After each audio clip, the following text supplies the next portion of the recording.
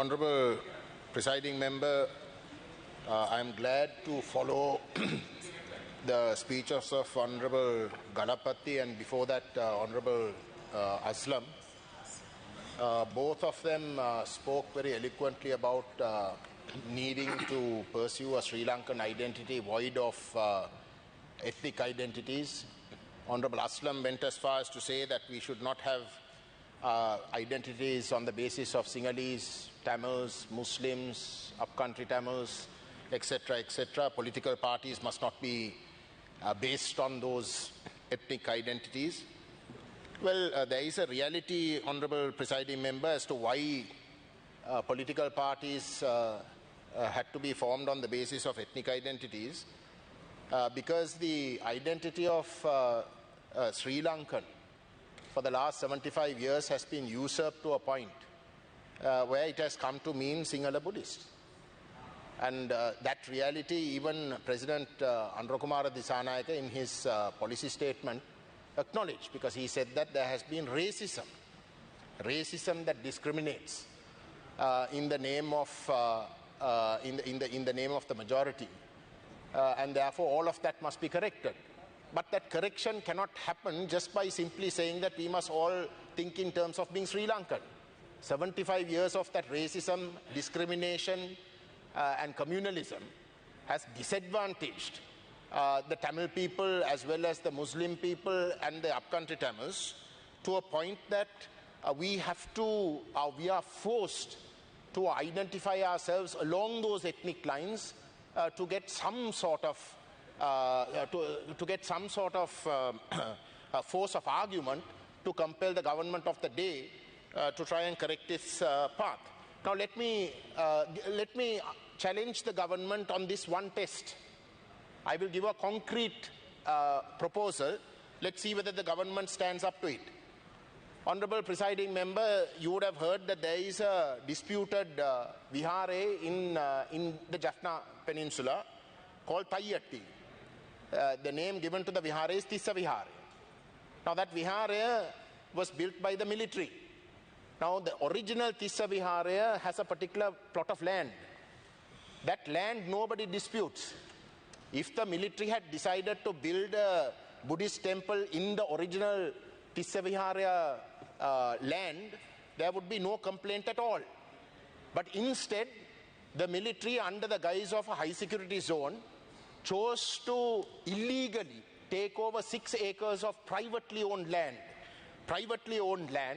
and they have built this temple. Now when the military decided to lay the foundation stone, we were informed, and in the district coordinating committee meeting, this matter was brought up, and the district coordinating committee meeting unanimously took the position that it was an illegal act and that the construction must stop. This was at the very inception. But despite that decision being taken by the district coordinating committee, the military, under the guise of high security zones, preventing the owners from reaching that area, went on to build that vihara. Now when we made this an issue in the previous parliament, the then Deputy Defence Minister called upon a report from the government agent of Jaffna and the Divisional Secretariat of Valigamam North. And that report, Honourable Presiding Member, I'm tabling it in Parliament and would like it to be included in the Hansard, is dated the 22nd of May 2023. That report very clearly states that the vihara has been built on private land and that it has been built without any permission from the local authority, despite the fact that the military being told that it is an illegal construction, they went ahead and built it. Now I'm asking you, Honourable Presiding Member, if we are talking of a Sri Lankan identity, if we are genuine with regards to that, then this wrong must be corrected. This wrong must be corrected. Now in this report that was submitted to the Defence Ministry, the original deeds of the Tissa Vihara, which today that land is still vacant, because it is not on that land that the vihara has been built. So how can privately owned land from people be disenfranchised in that way in the name of religion? Lord Buddha would have never wanted an individual to be harmed. His entire policy, to my understanding, is that no harm must be ever be done. Now, would his temple be built on the privately owned land of people who have no alternative land? So this is an illegal act. I'm telling you, Honorable Presiding Member, there are so many viharas in the north and the east. There are so many viharas in Jaffna. Are we complaining about those viharas? In the height of the war, those viharas were not damaged. The Tamil people are not racist, they are not anti-Buddhist. But in the name of Buddhism, when illegalities are done, in the name of Buddhism, when people are being discriminated, when they are being disenfranchised, when the only land that they own is being taken away from them, that is not being a Sri Lankan. To talk against that is not being non-Sri Lankan. It's not being non-Sri Lankan, but that is what we're being told. So let this government take this as a test. Let's see what they do with this Tissa Vihara that has been, without any doubt, been built illegally. It has not got any permission, Honorable Presiding Member, and it has been built. That is the test. That is the test that I wish to put for this government. Wait, let me finish. I have only 2 minutes, Honorable Presiding Member. I want to raise another. Now, don't take it out of my time, please.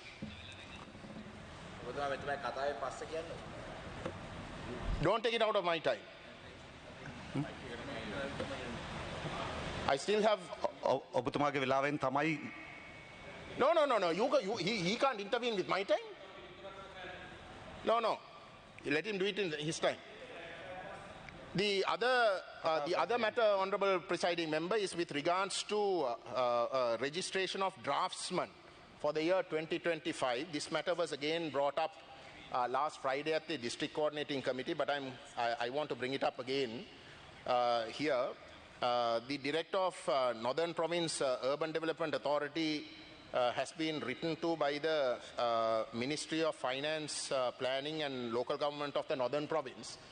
The problem here is, Honorable Presiding Member, there was a gazette number 2235/54 of the Northern Province Urban Development Authority that basically stated that from the year 21/7/08, the qualification for NVQ level 5 is to be completed for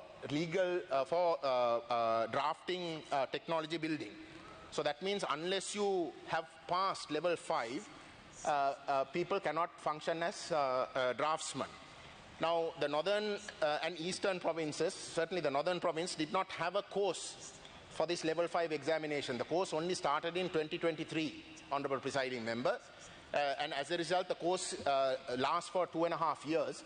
So at the moment, since the Urban Development Authority is insisting that you need qualifications of level 5, there are no legal draftsmen who can be registered. The first course started in 2023. We have asked that at least a 2.5-year grace period be given so that the past practice of allowing these draftsmen who have already been registered to function till such time as they get the qualifications in that period. I urge the government to look into this matter because it is extremely unfair. All these draftsmen who had already been given licenses, those licenses have been revoked, and they totally depend on the income that comes from that field of work. And therefore, I would urge the government to look at this matter on a humanitarian basis and give that grace period of at least the first batch to complete that level 5 examination. And after that, of course, they can strictly implement that gazette. Thank you.